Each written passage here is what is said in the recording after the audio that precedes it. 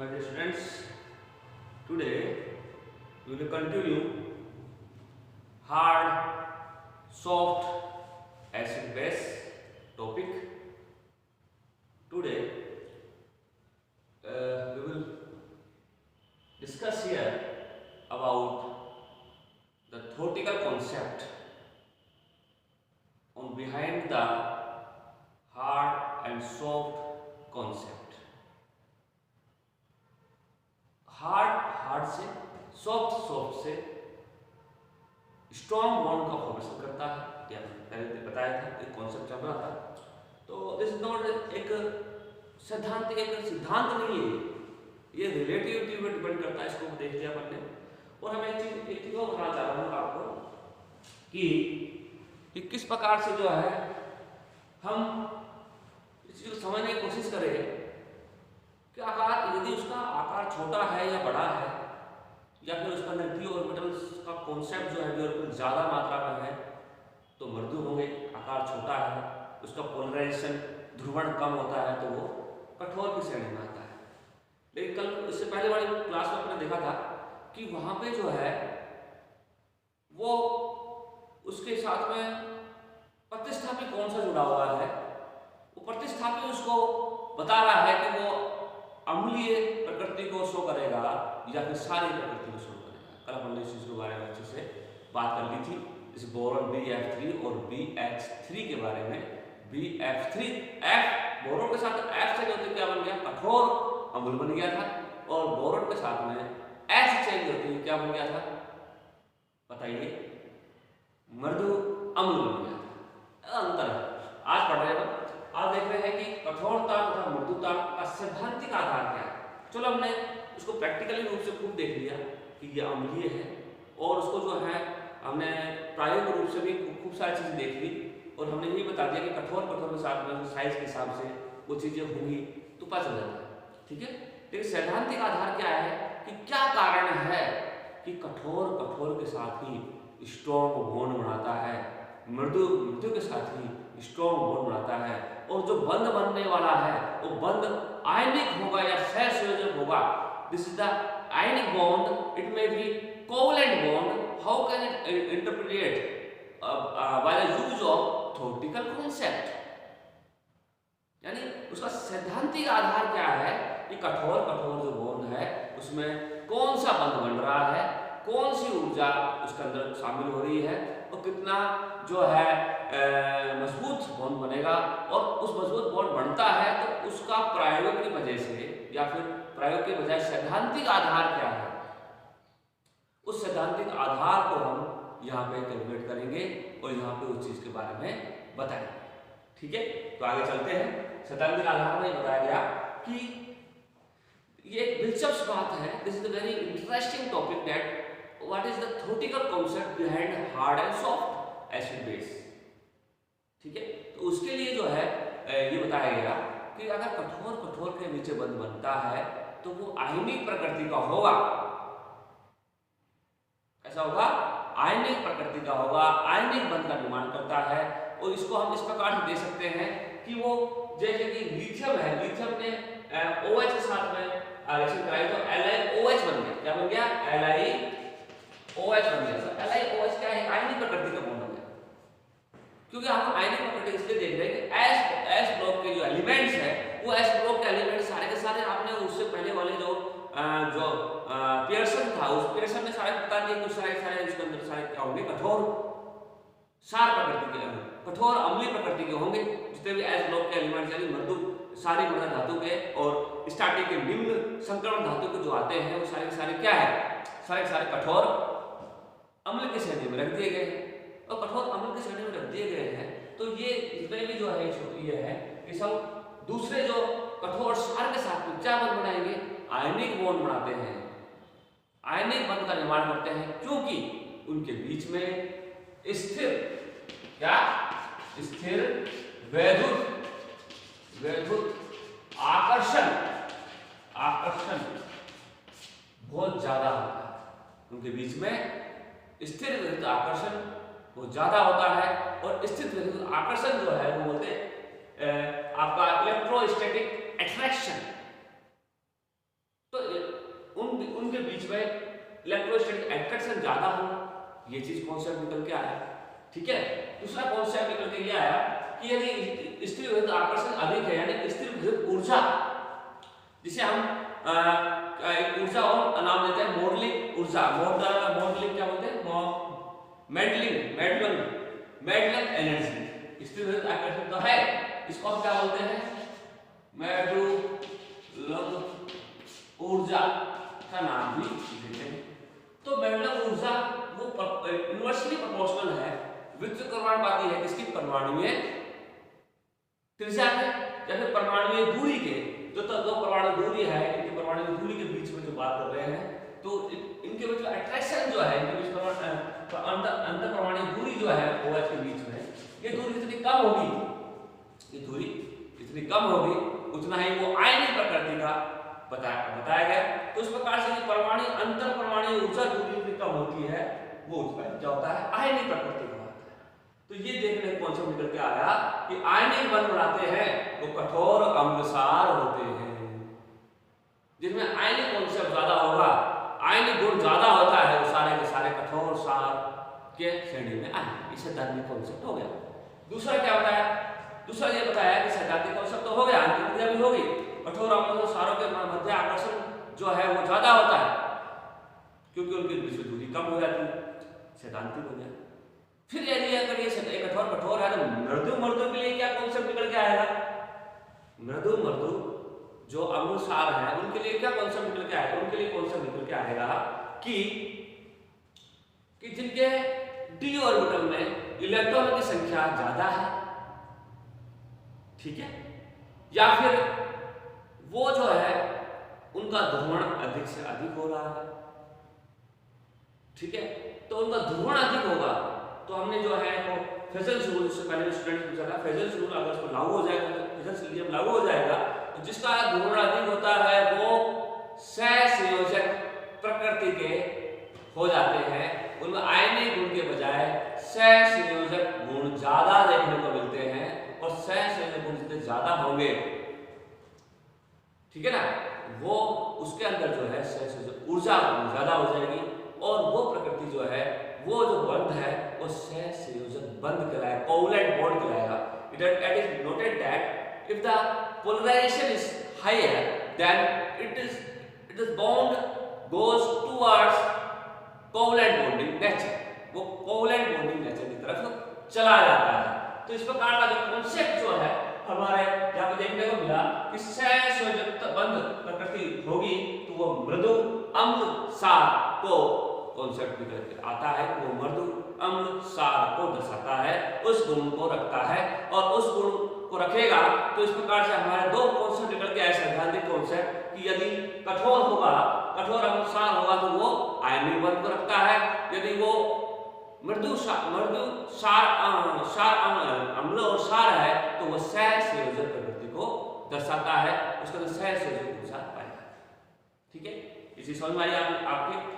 इसके बाद आगे चलिए, फिर आगे इसके बाद में एक सूत्र दिया गया, एक फॉर्मूला इसके लिए जनरेट किया गया। उस फॉर्मूले को मैं बताता हूं आपको, उस फॉर्मूले को लेके चले, उस फॉर्मूले के साथ में इसको कैलकुलेट किया गया कि मीन्स में MI साइंटिस्ट तथा इसके जो को-वर्कर थे, को-वर्कर्स ने एंड इट्स को-वर्कर्स आपके मिशंस और इट्स को-वर्कर्स ने मिलकर के इस आयनिक और सहसंयोजक प्रकृति को बताने के लिए एक फॉर्मूला इजाद किया, एक फॉर्मूला बताया। वो क्या है कि कठोर अंतःक्रिया या को आयनिक या मृदु अंतःक्रिया को सहसंयोजक प्रकृति का या मानते हुए मिशंस तथा इट्स को-वर्कर ने उसके साथियों ने 1967 में एक संबंध स्थापित किया। संबंध क्या है? P आपने मैंने पीडीएफ भेजा हुआ पढ़ा होगा, ठीक है ना। Pk इक्वल टू आपका log k equal to ax plus by plus c। ये एक इन्होंने सूत्र स्थापित किया, एक संबंध स्थापित किया। इस संबंध स्थापित में ये बताया गया कि k यहाँ पे क्या है, k यहाँ पे जो है हमारा दैट इज k साम्य अवस्था स्थिरांक, साम्य अवस्था स्थिरांक, ठीक है। और धातु लिगेंडों में वियोजन के लिए बताता है, धातु लिगेंडों में जो धातु और लिगेंड के बीच जो संकुल का निर्माण होता है उसको वियोजित करने के लिए जो ऊर्जा की आवश्यकता होती है उसे K से लोड करते हैं, ठीक है ना। इसका धातु लिगेंड संकुल के वियोजन के लिए है, काम में आता है। Where is X and Y क्या है, धातु आयन का पैरामीटर्स, द पैरामीटर्स ऑफ धातु आयन, धातु आयनों का प्राचल या फिर पैरामीटर्स है। एक्स और वाई धातु जो आयनों का जो है प्राचाल है यानी पैरामीटर्स है।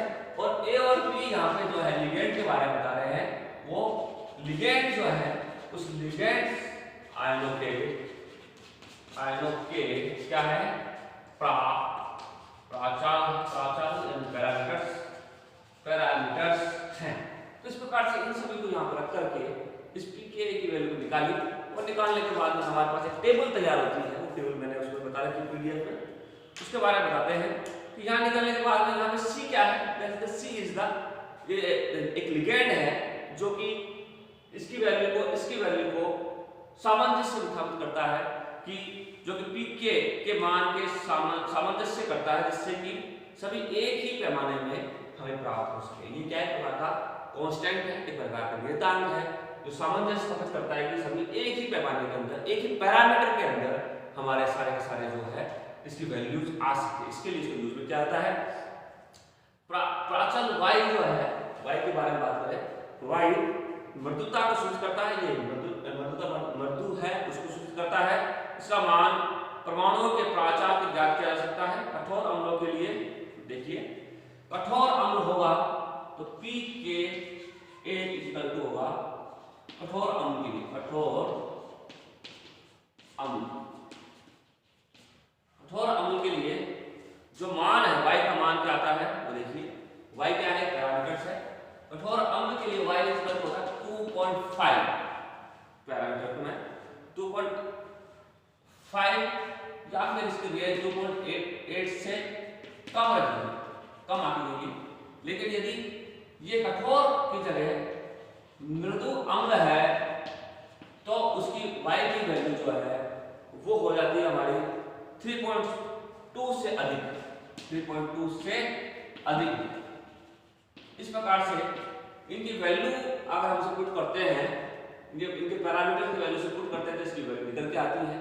और pK की वैल्यू निकलने पर हम ये कह सकते हैं कि वो कितना ज्यादा स्ट्रॉन्ग है, कितना ज्यादा पावरफुल, कितना ज्यादा आपका कठोर मृदु और कॉन्सेप्ट को निकल कर देखने के लिए आता है, कितना ज्यादा कठोर अम्ल है या कितना ज्यादा कठोर सार है, वो देखने को हमें मिलता है। तो दो चीजें देखने को मिली, क्या कि कठोर होगा, कठोर के बीच में आयनिक बॉन्ड और उसके बीच में और मृदु के बीच सहसंयोजक बंध का निर्माण होता है। इस प्रकार से हम एक टेबल को देख सकते हैं, इससे रिलेटेड टेबल क्या है तो देख लेते हैं, ठीक है, देखते हैं।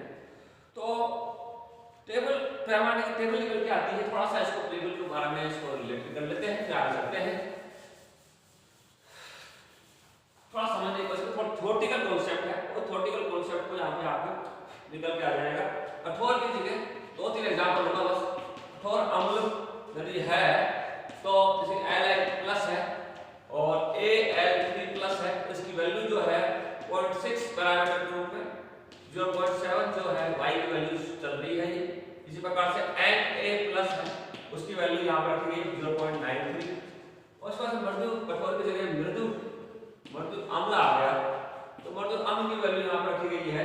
यदि हमारे पास मृदु अम्ल SN2+ है और थैलिक के लिए 2.3 और इसके 3.17 और इस तरह से कॉपर प्लस के लिए यहाँ पे 3.45। ये सारी वैल्यू कठोर होगा तो इस प्रकार से है, मृदु होगा तो इस प्रकार से वैल्यू रखकर एक कॉन्सेप्ट, एक सैद्धांतिक चीजें देखने को मिली। और इस सैद्धांतिक चीजें में बताया गया कि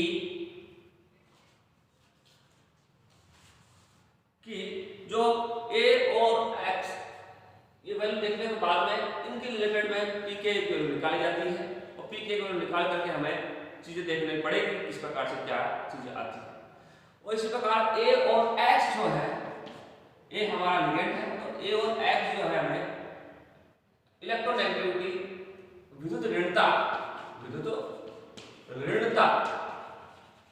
के बारे में, इलेक्ट्रोनेगेटिविटी के बारे में, विद्युत ऋणता के बारे में बताता है और धातु आयन की विद्युत ऋणता संबंध रखता है। और X जो है यहाँ पे धातु आयन की विद्युत ऋणता संबंध रखता है कि धातु आयन से रिलेटेड विद्युत ऋणता, और A जो है लिगेंड से रिलेटेड विद्युत ऋणता के बारे में बताता है।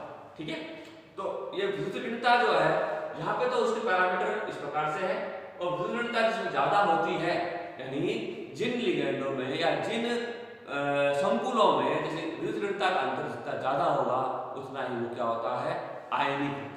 ये चीज यहाँ पे कॉन्सेप्ट निकल के आ रहा है कि क्या बताया मैंने कि जिन लिगेंडों पर ये सब चीजें थ्योरेटिकल है, तो यहाँ का रिजल्ट क्या निकल के आया कि कठोर होंगे वो सारे आयनिक होंगे, और जो मृदु होंगे वो सारे क्या अवश्य से बनाते हैं। और दूसरा कॉन्सेप्ट यहाँ से निकल के आ रहा है A और X से विद्युत ऋणता के बारे में बता रहा है कि यदि धातु के बीच मेटल और लिगेंड के बीच में इस प्रकार विद्युत ऋणता का अंतर, इलेक्ट्रॉन नेगेटिविटी का अंतर जितना ज्यादा होगा उतना ही क्या होता है, वो आयनिक बंध बनाता है। ठीक है, वो क्या बनाता है, वो आयनिक बंध का निर्माण करता है। ये चीजें सामने दिख रही हुई कि विद्युत ऋणता का अंतर जितना ज्यादा होगा उतना आयनिक होगा, विद्युत ऋणता का अंतर जितना कम होगा वो आयनिक नहीं होगा। ठीक है, ये चीजें बता देखने को मिली, लेकिन बाद में ये चीजें जो है वो गलत मानी गई, उसको हम अगले उसका कॉन्सेप्ट में पढ़ेंगे। एक बात तो ये, दूसरी बात देखिए, दूसरा चीज और देख लेते हैं थोड़ा सा इसी चीज में कि कठोरता मृदुता सैद्धांतिक में चीज, और एक और चीज अपन सामने ले लेते हैं। ये तो हुई बात कठोर की। अब बात करते हैं अपन क्या, मृदु की। मृदु क्या होते हैं, कि मृदुता में ये बताया मृदु अम्ल के लिए बोला गया कि इनका डी ऑर्बिटल में जिसके डी जो ऑर्बिटल्स है या फिर डी कक्षक है, उन कक्षकों में इलेक्ट्रॉनों की संख्या, इलेक्ट्रॉन्स जो है वो अगर ज्यादा होते हैं तो वह आयनिक सहसंयोजक बंध तो बनाएंगे, साथ में एक नया बंध का निर्माण करते हैं, पश्य बंध का निर्माण करते हैं, पाई बॉन्ड का निर्माण करते हैं। तो ये पाई बंध का कॉन्सेप्ट जो निकल के आया कि पाई बंध डी ऑर्बिटल ज्यादा होंगे, जो इलेक्ट्रॉन संख्या ज्यादा होगी तो पाई बॉन्ड्स या बंध बनाते हैं। तो पाई बंध बनाएंगे तो ऐसी कंडीशन में उसके अंदर सहसंयोजक प्रकृति आ जाएगी और वो सहसंयोजक बंध बनाते हैं। इस प्रकार से हम कह सकते हैं जो लिगेंड या फिर जो मृदु अम्ल पाई बॉन्ड का कॉन्सेप्ट रखते हैं, पाई बॉन्ड बनाते हैं लिगेंड के साथ में, वो सभी के सभी आपके मृदु अम्ल कहलाएंगे और उनके अंदर सहसंयोजक गुण होगा।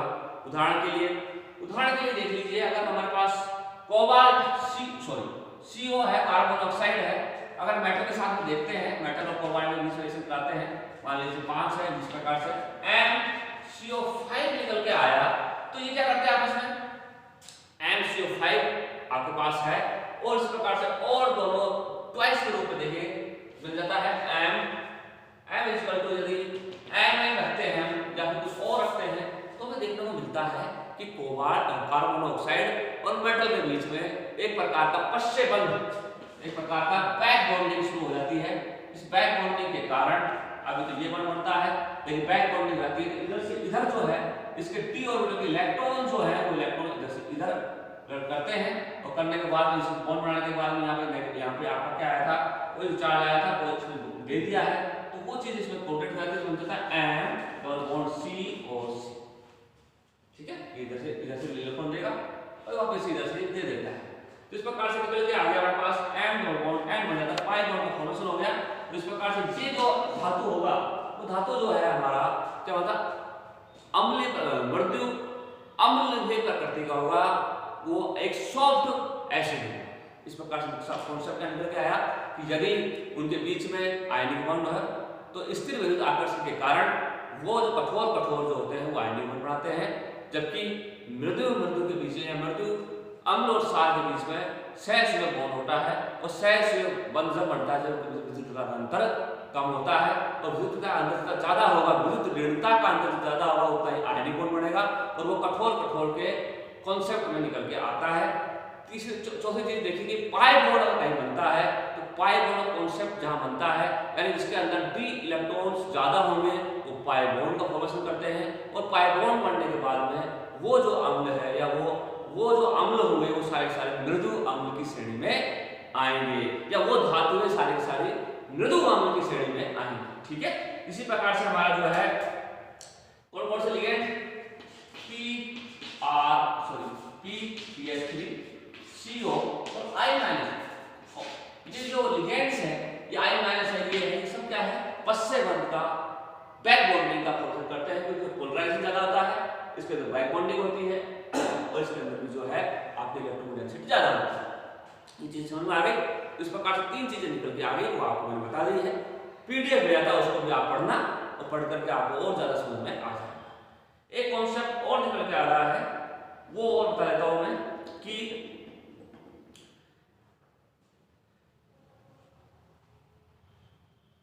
ये जरूरी नहीं है कि वो उसका आकार बड़ा होगा तो ही वह आपका मृदु अम्ल की श्रेणी में आता है। जैसे कि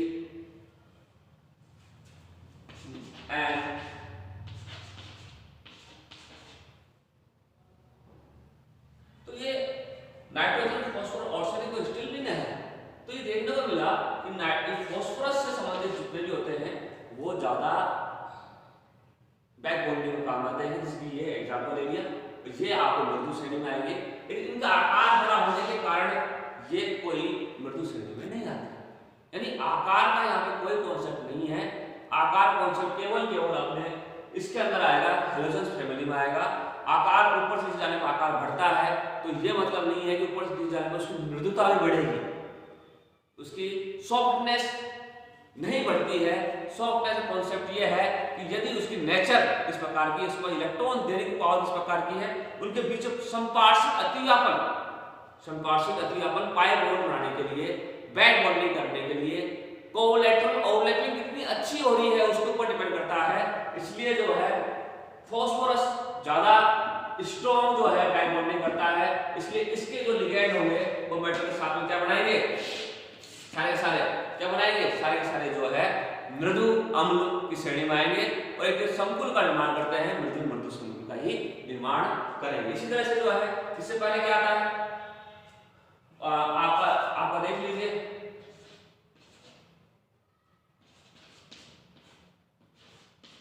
तो ये जो ऑक्सीजन और सल्फर आ गए तो सल्फर से रिलेटेड जितने भी है, फॉस्फोरस से रिलेटेड भी, दोनों ही जो है सॉफ्ट लिगेंड का या फिर पोलराइजेशन लिगेंड, सॉफ्ट लिगेंड का फॉर्मेशन करते हैं और सॉफ्ट लिगेंड होने के कारण ये सॉफ्ट संकुल का निर्माण करते हैं और इनके साथ में संकुल का निर्माण होगा तो सारे संकुल मृदु के रूप में या सॉफ्ट संकुलों का निर्माण करते हैं। यानी लिगेंड ऊपर से जाने पर आकार बढ़ता है तो ये जरूरी नहीं है कि वो सॉफ्ट ही होगा, वो डिपेंड करता है कि वो उसका बैक बॉन्डिंग के रूप में, पश्चय बंध के रूप में कितनी ज्यादा संपार्श्विक अतिव्यापन अच्छा हो रहा है, कितना नजदीक वो आपस में आ रहा है। ठीक है, और नजदीक कैसे आएगा कि ऑर्बिटल 2p ऑर्बिटल ज्यादा नजदीक है बजाय 2p के 3p ऑर्बिटल के। ओके, तो इस प्रकार से जो है इस सैद्धांतिक कॉन्सेप्ट निकल के आया कि आयनिक होंगे तो कठोर, सहसंयोजक होंगे तो मृदु होंगे, बैक बॉन्डिंग होंगे तो मृदु, अम्ल होंगे, अम्ल और क्षार होंगे और उनके विद्युतता का अंतर ज्यादा होगा तो वो भी कठोर अम्ल और क्षार की श्रेणी में आएंगे। Okay, thank you so much.